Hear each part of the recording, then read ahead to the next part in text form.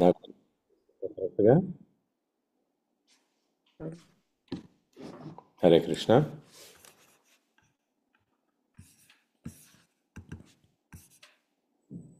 హరే కృష్ణ. రసరాణి మాతాజీ, వినిపిస్తుందా నా గొంతు?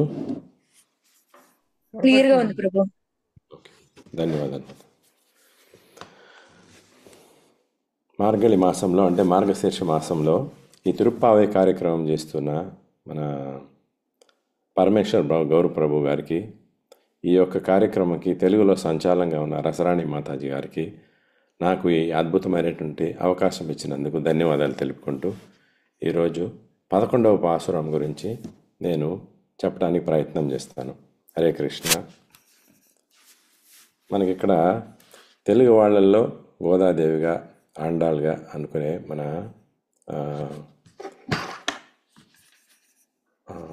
మాతాజీ గారిని ఈ పాసురం ఒకసారి చదవమని చెప్దాం. రేవతి గోపి మాతాజీ గారు దయచేసి ఈ పాసురం ఒకసారి చదువుతారా?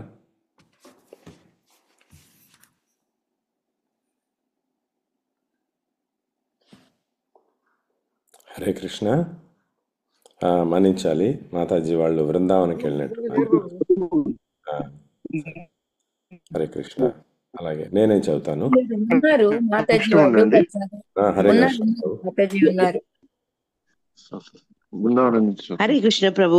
హరే కృష్ణ మాతాజీ. ఇదొక అదృష్టం, అవకాశం. ఎందుకంటే బృందావనం నుంచి గోపిగా భావిస్తున్న గోదమ్మ గురించి చదవడం. హరే కృష్ణ. கற்றுக்கரவை கடங்கள் பலகரந்து சென்று செருச்செய்யும் குற்றமொன்றில்லாத கோர்த்தம் பொற்கொடியே புற்றரவல்குள் புனிமையிலே போதராய் சுற்றத்தி தோழிமார் எல்லாரும் வந்து நின் முற்றும் புகுந்து முகில் வண்ணன் பேர்பாட சிட்டாதே பேசாதே செல்வ பெண்டாட்டி நீ எட்டு குறுங்கும் பொருளேலோ ரெம்பாவாய். Hare Krishna. Sorry for voice ప్రభు. హరే కృష్ణ. ధన్యవాదాలు మాతాజీ. మరి ఈ తిరుప్పావై ఈ యొక్క మాసంలో, మార్గశీర్ష మాసంలో వైష్ణవ దేవాలయం అన్నింటిలో కూడా పాడబడుతుందన్నమాట. ప్రత్యేకించి మన తిరుమల తిరుపతి దేవస్థానంలో ఈ 30 రోజులు తిరుప్పావైలో 30 పాసురాలు అన్నింటినీ కూడా చదువుతారో మనము అనేక సార్లు చూస్తున్నాం అనమాట. అంత పవిత్రము, చాలా గొప్ప కార్యక్రమం అనమాట ఇది. ఎందుకంటే భూదేవి, కృష్ణ భగవానుడు అనేకములైన అవతారం తీసుకొని వచ్చాడు ఈ భౌతిక జగత్తులో కదా. ఎందుకు? భక్తుల యొక్క ఆనందం కోసము, భక్తులను రక్షించేదానికోసము, దుష్టులను శిక్షించేదానికోసము. అదేవిధంగా దేవి, లక్ష్మీదేవి కానీ భూదేవి కానీ కూడా అవతారాలు తీసుకొని వచ్చారనమాట. ఎందుకు? భగవంతునికి ఆనందం ఇవ్వటానికి, మొదట భగవంతునికి సేవ చేసుకోవటానికి, తర్వాత భక్తులకు ఆనందం ఇవ్వటానికి కూడా అనమాట.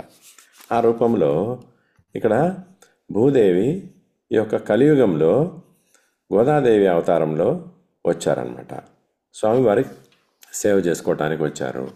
ఆ విధంగా ఆవిడ తన యొక్క చిన్న వయసులోనే 5 సంవత్సరాలు 6 సంవత్సరాల ప్రాయంలోనే ఆవిడ తిరుప్పావై అనేటువంటి ఒక గొప్ప కవిత్వాన్ని భగవంతునికి మాలలాగా వేశారనమాట. ఎలాగా మనం పుష్పాలు గూర్చి మనం భగవంతునికి మాల కట్టి సమర్పిస్తామా, అదేవిధంగా 30 పాసురాలు 30 పువ్వులతో భగవంతునికి మాలలాగా చేసి సమర్పించుకున్నారనమాట. ఈరోజు 11వ రోజు 11వ పాసురము మనము చర్చించుకుంటున్నాము. ఇంతకుముందు చెప్పిన వాళ్ళు చాలా అద్భుతంగా చెప్పారనమాట. సో నేను కూడా నా వల్ల అయినంత చెప్పడానికి ప్రయత్నిస్తాను. సో కరవైగళ్ళు అంటే కరవైగళ్ళు అంటే తమిళ భాషలో ఆవులు అనమాట. ఆవులు, దూడలు అనమాట. ఆ ఆవు దూడలు అన్నీ కూడా చిన్నవిగా ఉన్నప్పటికీ కూడా చాలా బలంగా బాగా పొదిగి ఉన్నాయి అని చెప్తున్నారనమాట. మరి అంత బాగా పొదిగి ఉన్న చాలా ఎక్కువ ఆవులు ఉన్నాయంట వాళ్ళకి. పాల అంటే చాలా అనమాట. చాలా ఉన్నాయి కాబట్టి వాటన్నిటిని నుంచి కూడా పాలు పితకాలి కదా. ఈ కాలంలో అయితే మనము మిషన్లు పెట్టేసుకుంటున్నాము, అసలు ఆవులే ఉండట్లేదు. కానీ పూర్వకాలంలో అందరికీ ఉన్నటువంటి ముఖ్యమైన సంపద, గ్రామాల్లో ప్రత్యేకించి ఉన్నటువంటి సంపద, మొదటి పొలము, రెండవది గోవులు అనమాట. అలాగా గోవుల నుంచి వాళ్ళు పాలు పితుకుతారనమాట. ఆ పాలు పితికేదని పొద్దున్నే చాలా ముఖ్యమైనటువంటి ఒక కార్యక్రమం అనమాట. అలాగా ఈ ఒకానొక గోపిక ఇంటికి వెళ్ళి నిద్రలేపుతున్నారు గోదాదేవి. నిద్రలేపుతున్నప్పుడు ఆవిడ యొక్క ఇంటి యొక్క వైభవం గురించి చెప్తున్నారనమాట. వాళ్ళ యొక్క కుటుంబము, వాళ్ళ యొక్క వంశం యొక్క వైభవం గురించి ఈ యొక్క పాసురం ద్వారా మనకు చెప్తున్నారనమాట. మరి ఆ గోవుల దగ్గర నుంచి పాలు పితకడానికి వాళ్ళ ఇంట్లో ఉన్నటువంటి వాళ్ళు చాలా బలమైనటువంటి వాళ్ళు ఉన్నారు అని చెప్తున్నారన్నమాట. తర్వాత సెట్రార్ తిరల్ అంటే, సెట్రార్ అంటే విరోధులు అనమాట. విరోధులుగా ఉన్న వాళ్ళకి ఏం చేస్తున్నారంటే, వాళ్ళ ఇంటికే ఆ విరోధులు ఏ ఊరిలో ఉన్నారో ఎక్కడున్నారో అక్కడికి వెళ్ళి వాళ్ళని వీళ్ళు ఓడించేసి తిరిగి వచ్చేవాళ్ళంట. సో దాని గురించి ఆచార్యులు ఏం చెప్తున్నారంటే, మరి వీరుల్లో 3 రకాలు ఉంటారు అని చెప్తున్నారన్నమాట. ఒకరేమో మన దగ్గరకు వచ్చిన వీరుల్ని మనము ఓడించటం ఒక రకము. రెండవది వాళ్ళ ఊరికి వెళ్ళి వాళ్ళని ఓడించటం అనేది 2 రకాలన్నమాట. అలాగే వీళ్ళు వాళ్ళ ఊరికి వెళ్ళి వాళ్ళని ఓడిస్తున్నారు కాబట్టి వీళ్ళు ఉత్తమ వీరులు అని చెప్తున్నారన్నమాట వీళ్ళని. ఇంకొకటి ఏంటంటే, వాళ్ళ దగ్గర మన ఊరికి వచ్చినా కూడా యుద్ధం చేయకుండానో లేకపోతే యుద్ధం చేసి ఓడిపోవటం అనేది అనమాట. అలాగా అధమ వీరులు, ఉత్తమ వీరులు అనేటువంటిగా 2 రకాలుగా చెప్పబడారనమాట. మరి ఈ కుటుంబంలో ఉన్నటువంటి వాళ్ళు ఉత్తమ వీరులు. అందువల్ల వీళ్ళు ఎవరినైనా కూడా ఎక్కడైనా విరోధులు ఉన్నారు అంటే మొట్టమొదట వాళ్ళు ఏమనుకుంటారు, అసలు విరోధులు మనకెందుకు ఉండాలి, విరోధులను మనము వదిలిపెట్టకూడదు, శత్రువులను వదిలిపెట్టకూడదు, శత్రు శేషాన్ని కూడా వదిలిపెట్టకూడదు అనేటువంటి భావంతో ఉన్నారనమాట వాళ్ళు. ఎందుకు అంటే, ఇక్కడ వీళ్ళు బృందావనంలో ఏ విధంగా గోపాలకులు ఉన్నారో అదేవిధంగా ఇక్కడ కూడా వీళ్ళు అదే ఒక భావంతో ఉంటున్నారనమాట. అక్కడేమో వాళ్ళు గొల్ల వంశము, రేపల్లె, ఇక్కడ కూడా వీళ్ళు అదే వంశమునికి చెందినటువంటి వాళ్ళుగా ఇక్కడ చెప్పబడుతున్నారు. ఎందుకంటే కృషి గోరక్ష వాణిజ్యం అని శ్రీమద్ భగవద్గీతలో కృష్ణుడు చెప్పాడనమాట. ఏంటంటే ఆయన ఎవరైతే వైశ్యులు ఉన్నారు, ఆ వైశ్యులు చేసేటువంటి ఒక కార్యక్రమం, వాళ్ళ యొక్క వృత్తి అంటే ఏంటి, కృషి గోరక్ష వాణిజ్యం అంటే వ్యవసాయము, వ్యాపారము, గోసేవ అనమాట. అలాగే వీళ్ళు గోసేవ చేస్తున్నారు కాబట్టి వీళ్ళని మనము వైశ్యులుగా భావించాలి. లేకపోతే గొల్ల వంశంగా ఎక్కడైతే కృష్ణ భగవానుడు యొక్క వంశం ఉందో ఆ విధంగా ఇక్కడ చెప్పుకోబడుతుంది అనమాట. ఇంకా కుట్రం ఒండ్రిల్లాద అంటే, కుట్రం అంటే తప్పులు అపరాధాలు అనమాట. వాళ్ళ కుటుంబంలో ఎటువంటి తప్పులు అపరాధాలు లేనటువంటి ఒక గొప్ప వంశం అనమాట. అటువంటి ఒక వంశంలో పుట్టిన ఓ బంగారు తీగ అని ఆవిడని ఇక్కడ వర్ణిస్తున్నారనమాట. అంటే ఇక్కడ గోదాదేవి తను కవిత్వ రూపంలో ఇక్కడ వర్ణిస్తుందన్నమాట ప్రతి ఒక్కరిని కూడా. ఆ విధంగా ఈ అమ్మాయిని కూడా వర్ణించటం అనేది జరుగుతుందన్నమాట. ఇంకా ఏం చెప్తుందంటే, పుట్టలో పాము తను లోపల ఉన్నప్పుడు ఎంత అందంగా ఉంటుందో, అద్భుతంగా ఉంటుందో అనే విధంగా వర్ణిస్తున్నారనమాట. ఆ పాము ఏ విధంగా లోపల పడుకొని ఉంటుందో, నిద్రపోతుందో, ఆ విధంగా ఈ గోపిక కూడా తను వయ్యారంగా పడుకొని నిద్రపోతుంది అని చెప్తున్నారనమాట. ఇంకొకటి తన యొక్క పునమయిలే అంటే, మయిల్ అంటే మయూరి అనమాట. మయూరి అంటే మన నెమలి అనమాట. నెమలి ఎంత అందముగా ఉంటుంది, నెమలి యొక్క తోక లేకపోతే నెమలి పింఛం ఎంత అద్భుతంగా ఉంటుందో అంత అద్భుతంగా ఈ అమ్మాయి యొక్క జుట్టు కూడా అంత అద్భుతంగా ఉంది అని చెప్తున్నారన్నమాట ఇక్కడ. తర్వాత ఈ అమ్మాయి యొక్క నడువును గురించి కూడా ఇక్కడ వర్ణించడం అనేది జరుగుతుందన్నమాట. ఈ అమ్మాయినేమో ఇక్కడ పొర్కొడి అంటే లేత తీగలాగా ఉన్నావు నువ్వు అని చెప్తుందన్నమాట. అంటే తన యొక్క నడువును గురించి కూడా వర్ణిస్తున్నారు. సన్నటి నడువు కలిగినటువంటి దాన అనే విధంగా చెప్తూ, మరి ఆచార్యులు దీని గురించి ఏం చెప్తున్నారంటే, సీతామాత ఏ విధంగా జనక మహారాజు యొక్క వంశంలోనే చాలా గొప్ప లతగా పొగడబడిందో, ఎంత అందమైనటువంటి గొప్ప వంశములో వచ్చినటువంటి ఒక గొప్ప లత అని ఆవిడ వర్ణించబడిందో, అదేవిధంగా సీతామాతకు సమానంగా ఇక్కడ ఈ యొక్క గోపికని ఇక్కడ గోదాదేవి వర్ణిస్తుందన్నమాట. తర్వాత మేమందరం ఇక్కడికి వచ్చామమ్మా, చుట్రత్తు తోళిమార్ అంటే, చుట్రత్తు అంటే చుట్టాలు, బంధువులు, చుట్టాలు, తోళిమార్ అంటే స్నేహితులు, మేమందరం కూడా వచ్చి ఇక్కడ నిల్చుకొని ఉన్నాం తల్లి. ఎందుకోసము? ఆ స్వామివారి దగ్గరికి వ్రతం చేసుకుంటున్నాం కదా, అందుకోసం వెళ్ళి స్వామివారిని ప్రార్థించాలి, ఆయనకి సేవ చేసుకోవాలి కదా అని చెప్తుందనమాట. అందువల్ల నీవు కూడా తొందరగా నిద్ర లేవమ్మా అని చెప్తుందనమాట. నిన్ ముట్రం పుగుందు అంటే మనం అందరం ఎక్కడికి వెళ్తున్నాము? ఆ భగవంతుని యొక్క వైభవాన్ని కీర్తించడానికి. ముగిల్ వర్ణన్ అంటే, ముగిల్ అంటే నీల మేఘాలు అనమాట, వర్ణం అంటే కలర్ అనమాట, వర్ణము అని అర్థం. కాబట్టి ముగిల్ వర్ణం అంటే నీలమేఘ శ్యాముడైనటువంటి ఆ యొక్క కృష్ణ భగవాన్ని గురించి కీర్తించడానికి, ఆయన పేరు అంటే ఆయన గురించి గొప్పగా మనము కీర్తించడానికి అందరం వచ్చాం కదమ్మా. మరి నీవు మాత్రం అలా నిద్రపోతున్నావేంటి? సెట్రాదే పేసాదే అంటే ఉలుకు పలుకు లేకుండా నువ్వు అలా పడుకొని నిద్రపోతున్నావేంటమ్మా? లేవమ్మా తల్లి. ఎందుకు? మనం చేసేటువంటి ఈ యొక్క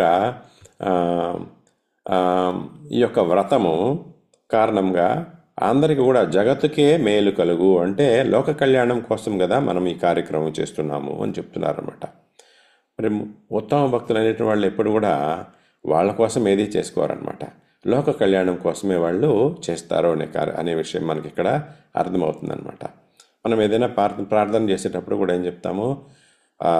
లోకములో అందరూ కూడా సుఖంగా ఉండాలి, ఆనందంగా ఉండాలి అనే విధంగా భగవంతుని ప్రార్థిస్తామన్నమాట. అదేవిధంగా ఈ యొక్క ప్రార్థనలో గోపికలందరూ కూడా ప్రార్థన కోసం, జగతి కోసము ప్రార్థన చేస్తున్నారు అని అర్థం అనమాట. మరి ముఖ్యంగా ఇక్కడ 2 విధాలుగా మనం అర్థం చేసుకోవాలి. మొదటేమో పెళ్ళి కానటువంటి యొక్క కన్యలందరూ కూడా ఈ వ్రతం చేసుకుంటారు అని కదా. మరి ఏ విధంగా బృందావనంలో గోపికలందరూ కూడా ఇదే కార్తీక మాసంలో వ్రతం చేసుకున్నారు, ఇక్కడ కూడా ఈ గోపికలు అటువంటి వ్రతమే చేసుకుంటున్నారు అన్నమాట. ఎందుకు? కృష్ణుణ్ణి వాళ్ళ భర్తగా పొందాలి అనేటువంటిది వాళ్ళ యొక్క ధ్యేయం అన్నమాట. రెండవది ఏమంటే కృష్ణ భగవానుడి యొక్క అనుగ్రహం ద్వారా అందరి కుటుంబాలకి, జగత్తుకంతా కూడా మేలు కలగాలి అనేటువంటి ఇంకొక ప్రార్థన అన్నమాట. మరి ఇక్కడ గోవుల గురించి చెప్పారు కదా. గోవులు అంటే ఎందుకు ఇక్కడ గోవుల గురించి చెప్పారు అంటే, గోవులు అన్నటువంటిది చాలా అమాయకమైనటువంటి జీవులు అనమాట, చాలా స్వచ్ఛమైనటువంటి జీవులు అనమాట.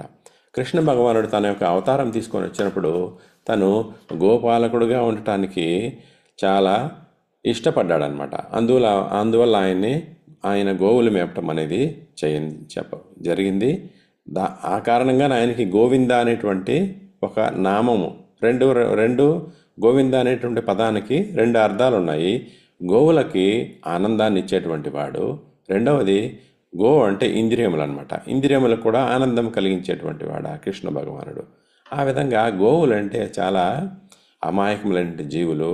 అదేవిధంగా ఆ దూడలు కూడా అమాయకములైనవి కాబట్టి వాటిని చూసుకోవటానికి తాను చాలా ఇష్టపడ్డాడనమాట. అది ఆ విధంగా ఇక్కడ గోవుల గురించి గొప్పగా చెప్పబడింది. అటువంటి గొప్ప గోవులు అనేకములైనటువంటి వీళ్ళ యొక్క ఇంట్లో ఉన్నాయి అని ఒకటనమాట. రెండవది, ఆ గోవుల దగ్గర పాలు పితుకుతున్నారని చెప్తున్నారు కదా, దాని గురించి ఏం చెప్తున్నారంటే మన యొక్క ఆచారులైనటువంటి వాళ్ళు వేదాలు శాస్త్రాలను అన్నింటినీ కూడా బాగా అధ్యయనం చేసి దాని యొక్క సారం తీసి ఆ సారాన్ని అనేకములైనటువంటి మనలాంటి అమాయకులైనటువంటి భక్తులకి ఆ భగవంతుని సంబంధించినటువంటి సారాన్ని ఇచ్చి తద్వారా మనలో భక్తి బాగా పెరిగేటటువంటి దానికోసం మనకి ఉపయోగకరంగా వాళ్ళు మనకి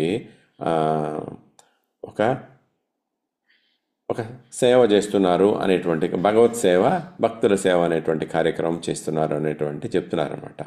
మరి ఈ కుటుంబంలో అధర్మాలే చెయ్యలేదు అంటే ఒక పరిశుభ్రమైనటువంటి కుటుంబం అంటే ఒక గొప్ప కుటుంబం నుంచి వాళ్ళు రావటం అనే దాని గురించి కూడా ఇక్కడ చెప్పబడింది అనమాట.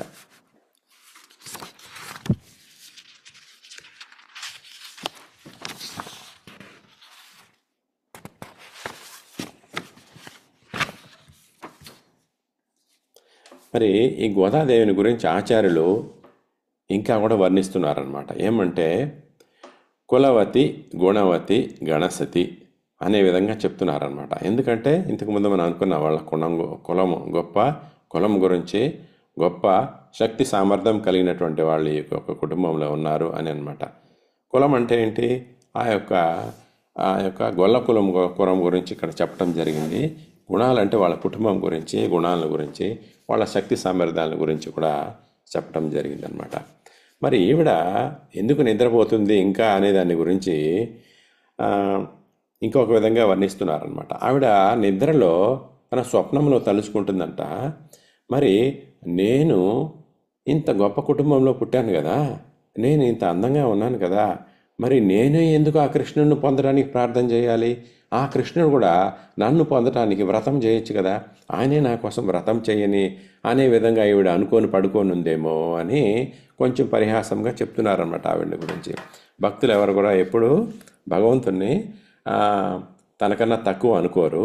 ఇక్కడ అలా చెప్పడానికి కారణం పరిహాసం అన్నమాట. కొంచెము తమాషా ఉండాలి. కవిత్వంలో పరిహాసం అనేది సాధారణమైనటువంటి విషయం కాబట్టి ఆ విధంగా ఇక్కడ చెప్పడం జరిగిందనమాట. మరి ఈ కుటుంబంలో ఉన్నవాళ్ళు కర్మనిష్టలు కలిగినటువంటి వాళ్ళు అని చెప్తున్నారన్నమాట. మనకి అకామ, సర్వకామ, మోక్షకామ అనేటువంటి 3 రకాలైనటువంటి కర్మలు ఉంటాయన్నమాట కదా. మరి కర్మల్లో అకామ అంటే కోరికలు లేనటువంటి వాళ్ళు అనమాట. సర్వకామ అంటే అన్ని రకాలైనటువంటి కోరికలు, అన్నీ నాకు కావాలనేటువంటి కోరికలు కలిగినటువంటి అనమాట. మోక్షకామ అంటే నేను మోక్షం పొందాలి అనే విధంగా ఒక ప్రార్థనతో అనమాట. ఎవరైతే అకామ అనేటువంటి వాళ్ళు భగవంతునికి ఎటువంటి కోరికలు లేకుండా సేవ చేసుకుంటూ ఉంటారో వాళ్ళే ఉత్తమమైనటువంటి భక్తులు అనమాట. ఆ విధంగా ఈ కుటుంబంలో ఉన్నటువంటి వాళ్ళు చేసుకునేటువంటి సేవ ఎటువంటి ఒక చెడు ఆలోచన లేకపోతే ఎటువంటి ఒక ఆశ, కోరికలు అనేది లేకుండా వాళ్ళు సేవ చేసుకుంటున్నటువంటి వారు కాబట్టి అటువంటి కుటుంబము చాలా గొప్ప వంశము, గొప్ప కుటుంబం అని ఇక్కడ చెప్పబడుతుంది అనమాట. ఇంకా ఆవిడ యొక్క అందచందాల గురించి నేను చెప్తూ ఇక్కడ ఆవిడ ఈ సీతాదేవితో పోల్చబడింది అని ఇంతకుముందు చెప్పానమాట. ఇంకా గోవుల గురించి కూడా చెప్పానమాట. ఇంకా శత్రువులు విషయానికి వచ్చినప్పుడు మరి వీళ్ళు ఈ కుటుంబంలో లేకపోతే ఈ వంశంలో ఉన్నటువంటి వాళ్ళు కృష్ణ భక్తులు. మరి కృష్ణ భక్తులకి ఎప్పుడు కూడా విరోధులు అనేవాళ్ళు ఉండరు అని ఆచార్యులు ఇక్కడ చెప్తున్నారన్నమాట. మరి వీళ్ళకి ఎవరు విరోధులు ఉంటారు? మరి ఎవరితో వీళ్ళు యుద్ధం చేసేసి వస్తారు, ఓడించేసి వస్తారయ్యా అనే విషయం మనము కొంచెం ఆలోచించామంటే ఆచార్యులు ఏం చెప్తున్నారంటే కృష్ణ భక్తులైనటువంటి వీళ్ళు ఎవరైతే కృష్ణ భక్తులు కారో లేదంటే భక్తులు కాకుండా అభక్తులుగా ఉన్నారో అంటే భగవంతుని గురించి, భగవంతుని యొక్క భక్తిని గురించి అపరాధములు చేస్తారో అటువంటి వాళ్ళే వీళ్ళకి విరోధులు అంటున్నారనమాట. అటువంటి వాళ్ళని వీళ్ళు ఏం చేస్తారు? చీల్చి చెండాడతారు అంటున్నారు. మరి ఆచారులు అయినటువంటి వాళ్ళు కూడా ఎవరైతే అభక్తులుగా ఉన్నటువంటి వాళ్ళని కూడా వదిలేస్తారు, కానీ ఎవరైతే భక్తుల మీద కానీ భగవంతుని మీద అపరాధం చేస్తారో వాళ్ళని వదిలిపెట్టకూడదు అని ఆచార్యులు చెప్పారనమాట. అటువంటి వాళ్ళని వీళ్ళు ఏం చేస్తారు? ఓడించి వస్తారని చెప్తున్నారు. మరి అదేవిధంగా భగవంతుడు, కృష్ణ భగవానుడు ఆయన ఎప్పుడు కూడా భక్తుల యొక్క కంట్రోల్లో ఉంటాను అని చెప్పాడు అనమాట కదా. అహం భక్త పరాధీన అంటాడు. అంటే నేను భక్తుల యొక్క కంట్రోల్లో ఉంటున్నాను, నేను నా కంట్రోల్లో లేదు అని చెప్తాడనమాట. అందువల్ల మరి ఆయన ఏం చేస్తున్నాడు? ఈ భక్తులకు ఎవరైనా కూడా చెడు కార్యక్రమాలు చేస్తున్నారా, విరోధం కార్యక్రమాలు చేస్తున్నారా, అటువంటి వాళ్ళ ఆ కృష్ణుడికి విరోధులంట. వాళ్ళని ఏ విధంగా మట్టుబెట్టాలి, లేకపోతే సంహరించాలి, లేదంటే వాళ్ళని నిరోధించాలి అనేటువంటి కార్యక్రమం కృష్ణుడు ఎప్పుడు చేస్తూ ఉంటారు అని చెప్తున్నారన్నమాట. కృష్ణుడు ఎందుకోసం అవతారం తీసుకొని వస్తున్నాడు?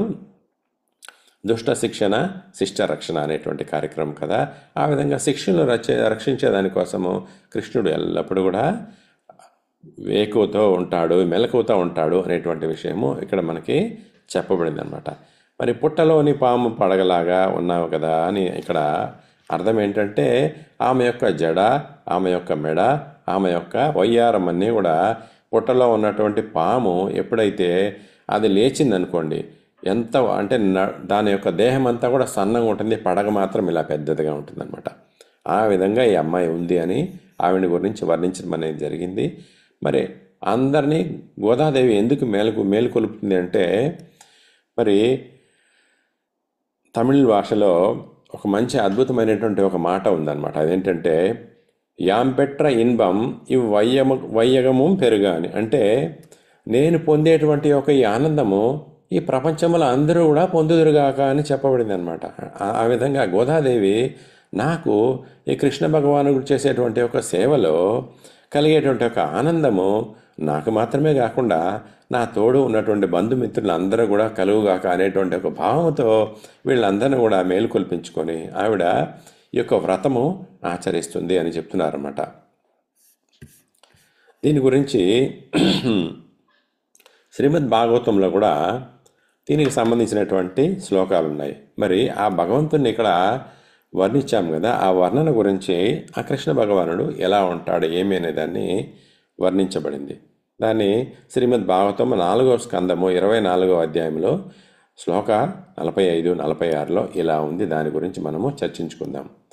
స్నిగ్ధ ప్రావృద్ధ ఘనశ్యామం సర్వ సౌందర్య సంగ్రహం చార్య ఆయుత చతుర్బాహు సుజాత రుచిరాననం పద్మకోశాపల సాక్షం సుందర భృసునాసికం శుద్ధిజం సుఖపోలాస్యం సమకర్ణ విభూషణం.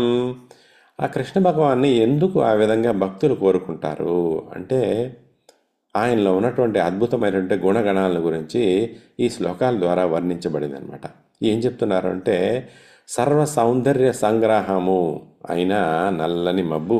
ఈ శ్లోకంలో మనం ఏమనుకున్నాము, ముగిల్ వర్ణన్ అనుకున్నాం కదా. ముగిల్ వర్ణన్ అంటే నీలమేఘ శ్యాముడు అనమాట. దానికి ఇక్కడ నీలమేఘ శ్యాముడు ఇంకా ఎంత అద్భుతంగా ఉంటాడు భక్తుల యొక్క చూపులకి, ఏ విధంగా వాళ్ళు ఆ భగవంతుని అనుభవిస్తారు, ఎక్స్పీరియన్స్ అవుతారనే దాని గురించి ఇక్కడ చెప్పబడుతుంది అనమాట. ఆయన నీలమేఘ శ్యాముడుగా సౌందర్యమైన సంగ్రహమైన నల్లని మబ్బు అంటే రూపము కలిగినటువంటి వాడు, సుందర విశాలమైనటువంటి 4 భుజములు అంటే చతుర్భుజాకారంలో విష్ణు రూపంలో ఇక్కడ ఆయన్ని వర్ణిస్తున్నారన్నమాట. చక్కని పలువరస కలిగి ఉన్నాడు ఆ భగవంతుడు. దాని తర్వాత ఒక పుండరీకాక్షుడు అని చెప్తున్నారు. దాని తర్వాత చక్కని కనుబొమ్మలు, ముక్కు చెంపలు, తర్వాత నోరు, చెవులు మరియు భూషణ శోభితుడు. భూషణములు అంటే ఏంటి, ఆయన వేసుకున్నటువంటి అన్ని అద్భుతమైనటువంటి అలంకారపూరితమైన శంఖ చక్ర గదా పద్మములు అన్నీ కూడా ఆయనకి అందాన్ని ఇస్తున్నాయి అనేటువంటి విషయం ఇక్కడ చెప్తున్నారన్నమాట. మరి ఇదే శ్లోకంని పోతన భాగవతంలో ఎలా వర్ణించారు అని కూడా మనం చూసుకుందాము, మనకు సమయం ఉంది కాబట్టి. గణమే ఋషంగ హరే కృష్ణ. ఎవరైనా చదువుతారా ఈ శ్లోకము?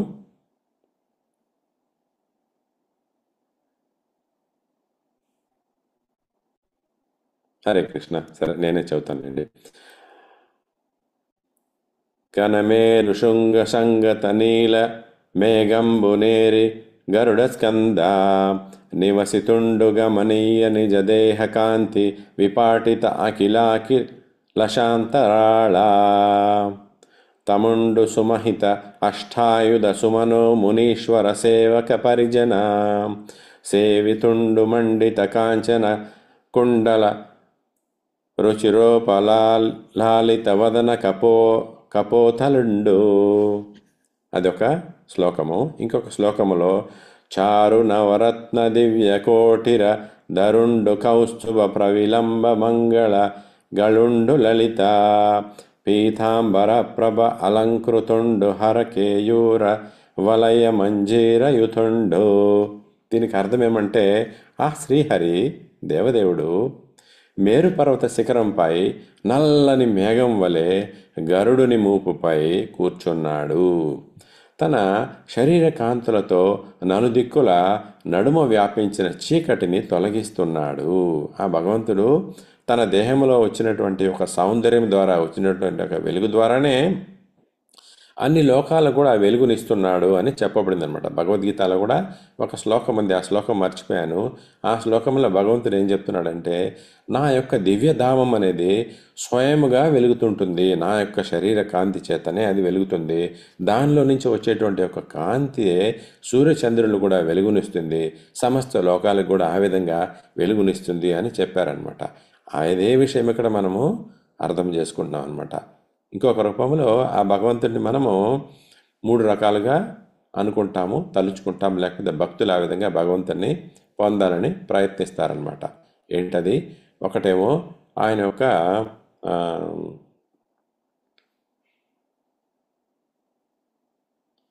హరే కృష్ణ, గుర్తు రావట్లేదు. బ్రహ్మేతి పరమాత్మేతి భగవాన్ ఇది సభ్యతే అని చెప్పడం జరిగిందనమాట. అంటే బ్రహ్మ అంటే భగవంతుడు నిరాకార బ్రహ్మ జ్యోతిగా ఆయన్ని వర్ణించబడ్డాడనమాట. ఆ బ్రహ్మ జ్యోతి అనేది ఏంటి? జ్యోతి, వెలుగు అనమాట. ఆ వెలుగే అన్ని లోకాలు అంతా కూడా ప్రసారం అవుతుంది అనే విషయంగా ఇక్కడ మనకి అర్థం చేసుకోవాలన్నమాట. అటువంటి భగవంతుని యొక్క అద్భుతమైనటువంటి వెలుగు కాంతులు నలుదిక్కుల వ్యాపించిన చీకటిని తొలగిస్తున్నాయి. మరి చీకటిని తొలగిస్తున్నాయి అంటే మామూలుగా వెలుతురు రావటం అనేది, లేకపోతే ఆ భగవంతుడి యొక్క శరణాగతి కోరుకున్నటువంటి వాళ్ళకి అజ్ఞానాన్ని తొలగించి వాళ్ళకి జ్ఞానాన్ని ఇవ్వటం అనమాట. వెలుగు అంటే ఏంటి? వెలుగు ఇక్కడ చీకటిని తొలగించే వెలుగు అంటే ఆచార్యుల ద్వారా ఈ వెలుగు మనకి ఇవ్వబడుతుందన్నమాట. తర్వాత అష్ట ఆయుధాలు మూర్తిమంతాలే అతనిని సేవిస్తున్నాయి. ఆయుధాలన్నీ కూడా భగవంతునికి సేవిస్తున్నాయంటే ఆయుధాలన్నీ కూడా ఆచార్యుల రూపంలో భగవంతునికి సేవ చేసుకుంటున్నాయి. ఏ విధంగా ఆయన యొక్క దివ్య గుణాలను, దివ్య రూపాలని, దివ్య లీలలన్నింటినీ కూడా భక్తులకు అందరూ కూడా వర్ణిస్తున్నారనమాట ఆచార్యులు. ఆ విధంగా అనమాట. మరి దేవతలు మునీశ్వరులు సేవకులై కొలుస్తున్నారు. మరి దేవతలు దేవలోకంలో ఉన్నప్పటికీ కూడా వాళ్ళకు కూడా భగవంతుని యొక్క దర్శనం అనేది ఎప్పుడో ఒకసారి దొరుకుతుందనమాట. వాళ్ళు ఎప్పుడైతే ఈ యొక్క పాల సముద్రం దగ్గర వెళ్ళి వాళ్ళ కష్టాలు వచ్చినప్పుడు ప్రార్థించుకుంటూ ఉంటారో అప్పుడు భగవంతుడు వాళ్ళకి దర్శనం ఇస్తాడనమాట. కానీ ఈ భూలోకంలో ఉన్నటువంటి వాళ్ళకి భగవంతుడు అనేక సార్లు యుగముల అవతారం తీసుకొని వస్తాడనమాట. వాళ్ళకి దర్శనం ఇస్తాడనమాట. వాళ్ళతో పాటే ఉంటాడు కాబట్టి ఆ దేవతలు కూడా ప్రార్థించుకుంటారనమాట. మాకు కూడా ఈ భూలోకంలో జన్మ తీసుకొని మీ యొక్క దివ్యలీలలతో పాలు పంచుకునేటువంటి ఒక అవకాశం ఇవ్వండి స్వామి అని వాళ్ళు ప్రార్థించుకుంటారంట.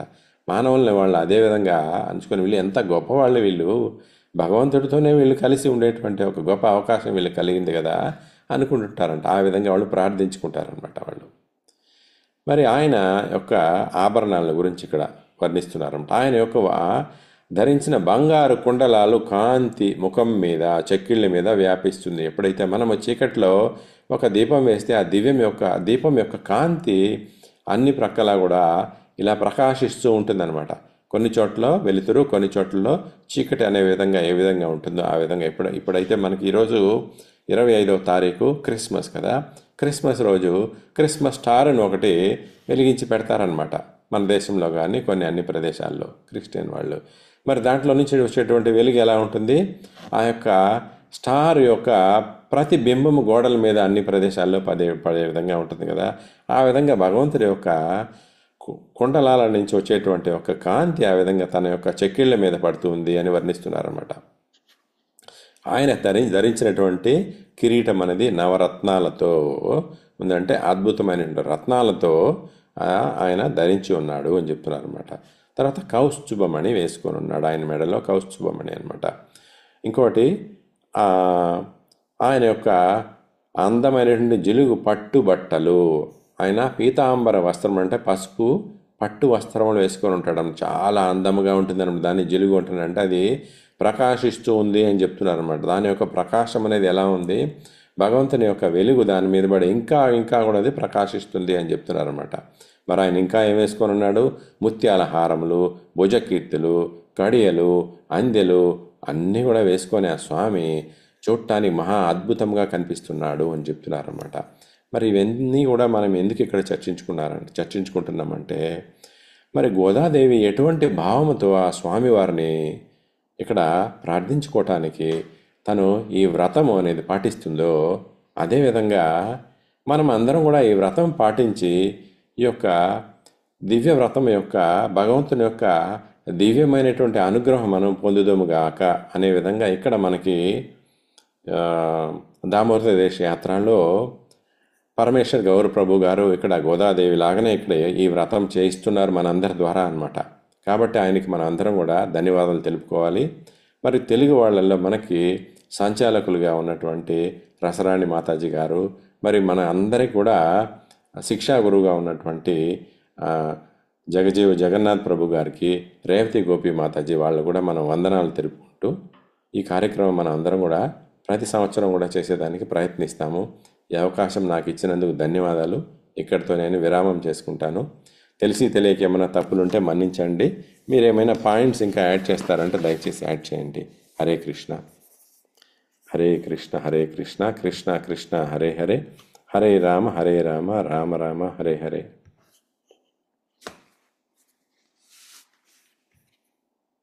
ఎవరికైనా ప్రశ్నలు ఉన్నా కూడా అడగండి, సమాధానం చెప్పడానికి ప్రయత్నిస్తాం.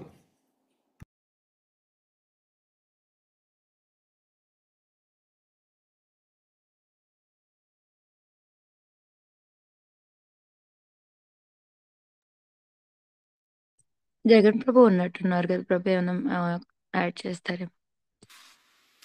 హరే కృష్ణ ప్రభు. ఇంకో 3 minutes ఉందంతే. మరి అయితే ఇంకోసారి ఆ శ్లోకం చదువుకుందామా? ఓకే ప్రభు.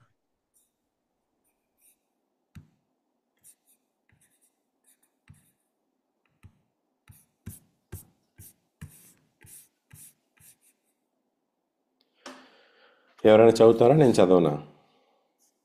మీరు చదవండి ప్రభు. ஓகே மாதா, ஹரே கிருஷ்ணா, தேங்க்யூ. கற்றக்கரவைக்கணங்கள் பழக்கறந்து செற்றார் திருவழியச் சென்று செருச்செய்யும் குற்றமொன்றில்லாத கோவலர்த்தம் பொற்கொடியே புற்றரவல்குல் புனமயிலே போதராய் சுற்றத்து தோழிமார் எல்லாரும் வந்து நின்று முற்றம் புகந்து முகில்வண்ணன் பேர்பாடா சிற்றாதே பேசாதே செல்வ பெண்டாட்டினே ஏற்றுக்கரங்காம் పోరాళేల్ ఎంబావాయ్. హరే కృష్ణ. ప్రభు తెలుగుది కూడా ఉంది కదా మీ దగ్గర? అవును మాతాజీ. చదువుతారా? సరే, దీనికి అర్థం తెలుగులో ఏ విధంగా చెప్పబడింది అంటే, వేల లేగదూడల ఆవుల పాలు వేగ పితికిడి వారు, ఆరుల బలము అనగా పొరుసలిపెది వారు, దోషమించుక లేని గొప్ప వంశస్థ వర్ణలత, పుట్టలోని పాముబోలి కటికల వనమయూరి, రావే వయ్యారి రావే శ్రీమంతురాల, చుట్టాలు చెరులు అందరూ నీ ముంగిట నిలిచి నీలమేఘ శ్యామ సుందరిని కీర్తింప, ఉలుకులు పలుకులు నీ నిద్రకర్థమేమి, చెలియరు చెప్పవే వేగ మేల్కొనవే, జగతికే మంగళము కూర్చు మన శ్రీవ్రతము. హరే కృష్ణ. హరే కృష్ణ. తిరువడిగలే శరణం. గోదామాతకి జై. ఓకే ప్రభు, టైం అయిపోయింది, ఎలాగో మనం బ్రేక్ కాల్ చేద్దాం. హరే కృష్ణ ప్రభు.